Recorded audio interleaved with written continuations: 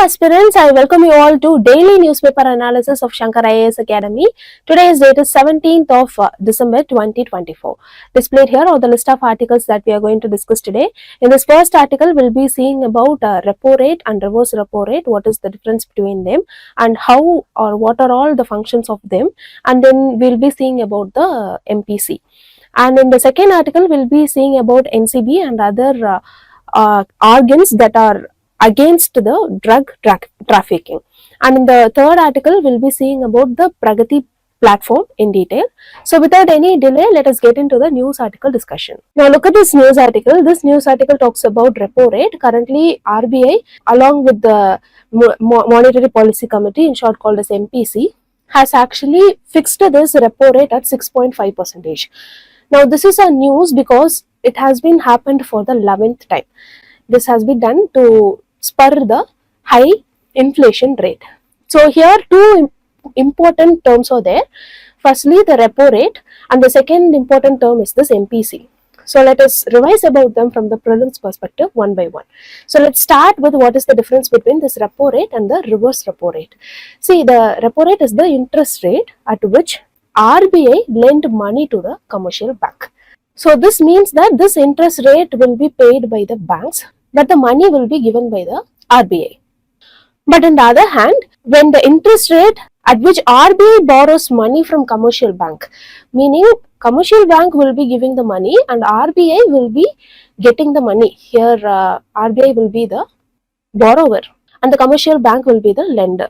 So at that time, RBI will be paying the interest rate. So here you can organically see that when RBI is going to pay interest rate, it will be paying lesser amount than the repo rate. Okay, so usually the repo rate will be the highest, and next comes the reverse repo rate. For example, if this repo rate is 6.5%, then the reverse repo rate will be like 6.25%. And remember, if repo rate increases, the reverse repo rate will also increase. There is no up sign here and the down sign here. Have this basic understanding. And the very purpose of this repo rate and reverse repo rate is to absorb excess liquidity in the banking system. So if you're asking how, when there is inflation in the economy, meaning the money circulation is very high. So what bank will, especially the central bank, RBI, what they will do is they will just increase the repo rate and reverse repo rate. This means that lesser money will be given out from RBI if the interest rate is very high. So imagine if the interest rate is 7%, then the bank will be very desirable to get loan from RBI with this higher percentage. If the percentage is 6.5%, then yeah, the commercial banks, they will be going to lend money from RBI. But if the repo rate is very high, then the commercial banks will not be likely to get lot of money from RBI. But what happens when reverse repo rate, if this repo rate is 7%, then this reverse repo rate might be 6.5%. So priorly it was like 6%, but now it is 6.5%, right? 6.25% priorly, now 6.5%, right? So they are getting like 2.5% extra money, and as an interest rate in an particular interval time, right? So then the banks will be depositing a lot. So this is how the repo rate and the reverse repo rate actually happens. So by giving out a very lesser loan, RBI will reduce the money supply, and by observing the excess liquidity and accepting a lot of deposit within it, the central bank, RBI, will be again sucking out the excess money that is within the economy. So remember these facts, very important when it comes to preliminary examination. Now talking about the duration or the impact. So the repo rate will reduce the money supply and it will control the inflation, as I said earlier. And if it decreases, it will be increasing the liquidity. So it is the other way as well. It doesn't mean it will be always increasing. No, at certain point of time, if there is a recession, then the percentage will be reducing. If, for example, if it is 6.5% now, it will be reduced to 6.25%. Then the reverse repo rate, it will be also be reducing to 6%. Okay, so have this basic understanding. And also remember this fact, both are part of RBI's liquidity adjustment facility, LAF. So these are the basics that you have to remember when it comes to repo rate and reverse repo rate. Now let us see about the Monetary Policy Committee. See, this is a committee within the RBI. We know that the RBI was established under this 1934 Act. It is a pre-colonial institution. So this MPC was established under Section 45 ZB of the RBI Act 1934 as a part of Monetary Policy Framework Agreement. And talking about the composition, here there will be 6 members, very important. Everything is very important, just make a note of it. 6 members will be there, 3 from RBI and 3 from external experts. And the external members' tenure will be like 4 years and it will be non-renewable. When we talk about the functions, they will be setting the repo rate and they will be fixing the inflation targeting. Here you might have gone through this percentage, 4% plus or minus 2%. This is very important when it comes to inflation targeting. So what is this percentage of, if you ask me, then imagine this last year, that is 2023, like there was 100 rupees as the inflation, and in 2024, that if you're buying a particular thing, it is 100 rupees, and then 2024 the price increases to 120 rupees. So here what happens is, sorry, imagine this 100 rupees of that particular product has turned into 1 or 2 rupees. So here there is 2% increase in the inflation, right? So this is what we talk when it comes to this 4% plus or minus 2%. So usually 4% of increase of cost is bearable, and there is a buffer like plus or minus 2%. So even if there is 6% of inflation, we can handle. But when there is more than 6% of inflation, it means that we have to implement a lot of reformatory work to control the inflation, and comes to 6% and more than that, we'll be calling it as hyperinflation. Okay, so just remember all these. Now talking about the decision making process, see, there will be a majority voting. Each member has 1 vote, and RBI governor will be having the casting vote. Meaning if there is a tie, then the RBI governor will be voting in the process.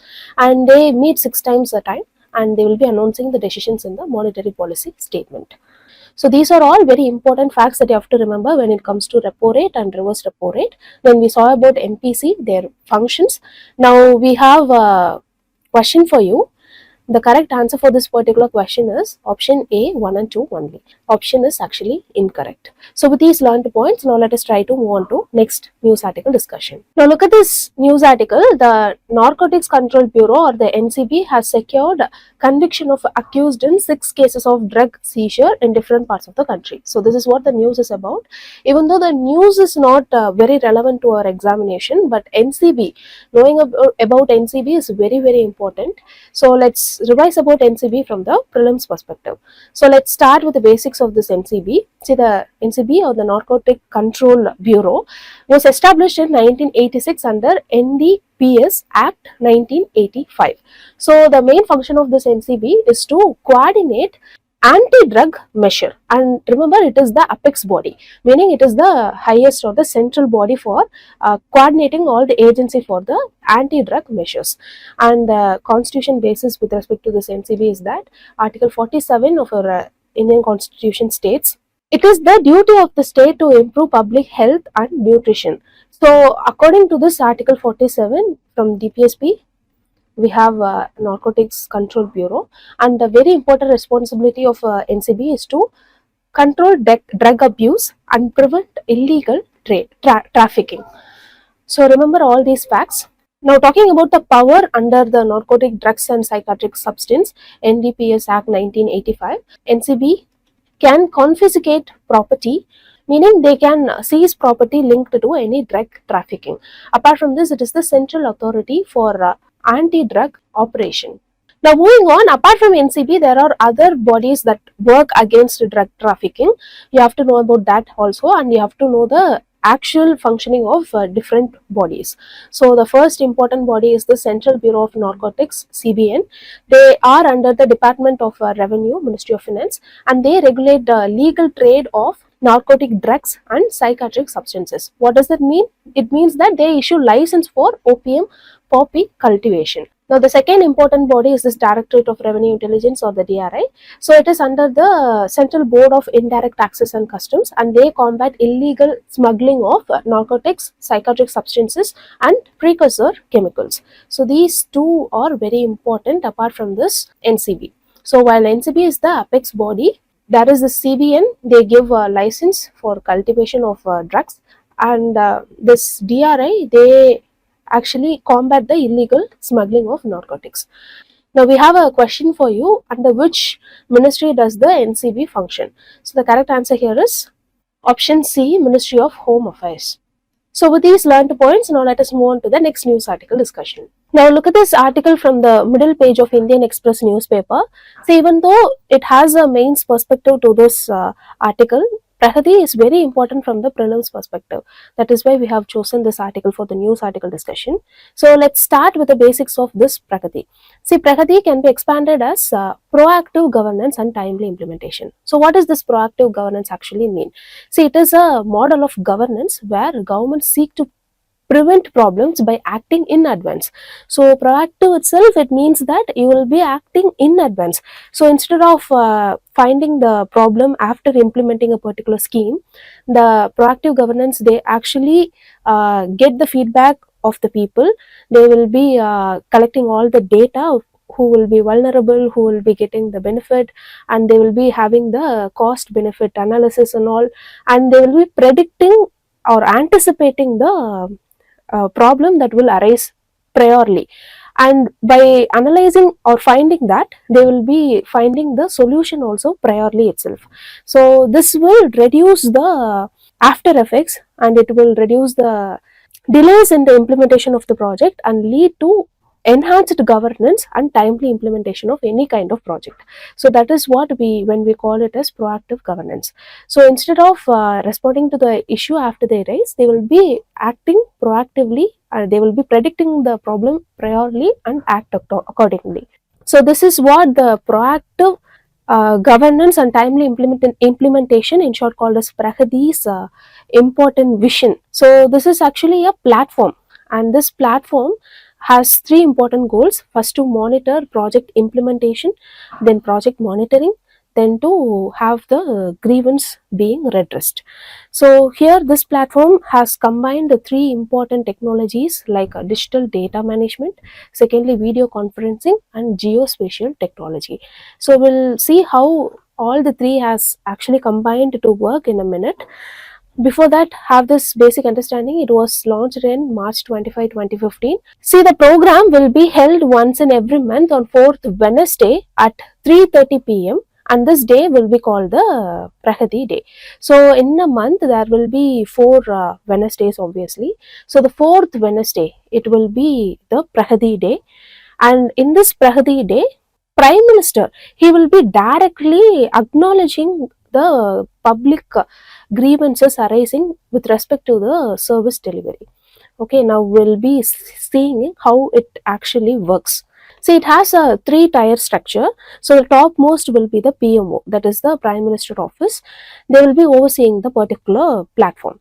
Then comes the Union Government Secretaries. They will be responsible for the central government programs. So there are chief secretaries both in the government of India, and that is the central level, as well as in the state level, state government, state chief secretaries. So this means that on the 4th Wednesday, that is the PRAGATI day, all the stakeholders, meaning there will be the Prime Minister, he will be conducting the meet itself, like in the 3:30 p.m. and he will be asking questions to both the chief secretaries of the government of India and the chief secretaries from the state.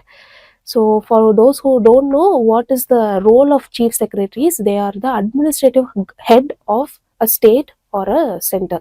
So when it comes to state, the chief secretaries, they will be giving advice to the chief ministers with respect to implementation of any particular project.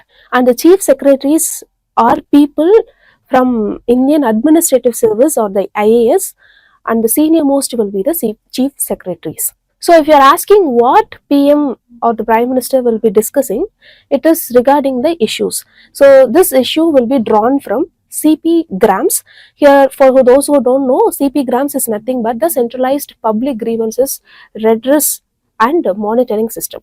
So it is like a centralized platform where all the ministries will be in particular website. Here, any citizen of India, if they have any issue with respect to the service delivery, they can straightly go away to this particular platform, and then they can raise an issue. So the complaints that has been raised with respect to this particular platform will be drawn, and there is a PMG, that is the project monitoring group, Ministry of Statistics and Program Implementation. So once the issue is drawn from all these platforms, what happens is the PMO, they will be issuing the or flagging the particular issue in this particular platform Pragati. So they will be issuing this 7 days prior to Pragati day, which means if 4th Wednesday is Pragati day, then the 3rd Wednesday they will be flagging the issues. So what the chief secretaries and the state chief secretaries and the central chief secretaries, they will be doing is they have to provide updates on all the issues that has been flagged by PMO. So they have to do this. If, for example, if the issue is flagged on 3rd Wednesday, they have to issue or give update on the particular matter within the Monday. So the PMO, what they will be doing is they will be reviewing the updates, and for that they will take only one day, that is Tuesday. And on the Wednesday, which is on the Pragati day, all the updates will be there in front of the screen of our Prime Minister. So all the issues will be there, and what are all the updates of it, and what is the current progress that has been taken in that particular issue. Everything will be displayed along with the geospatial technology and digital data managements. And he will be conducting the video conference where all the chief secretaries of the center and the state will be participating. So this is what the entire process of Pragati day actually involves. So what are all the benefits of this? It will streamline coordination between central and state government, and it will bring accountability and transparency, and it will especially bring in the timely implementation of projects and programs. Apart from that, it provides cooperative federalism. This, we are telling it very strongly because it brings together the union government secretaries and the state government secretaries, who are the administrative head when it comes to both center and the state level. And it provides direct interaction, meaning direct accountability as well. So these are all very important facts that you have to remember about Pragati portal. If this is the first time you are knowing about this particular platform, you can leave that in the comment section. Now we have a question for this. The correct answer for this particular question is option A, Cooperative Federalism. So with these learned points, now let us move on to the next news article discussion. So with this, we came to the end of the news article discussion. If you like the video, hit like, do comment, and don't forget to subscribe to Shankar IAS Academy YouTube channel. Now thank you so much for listening.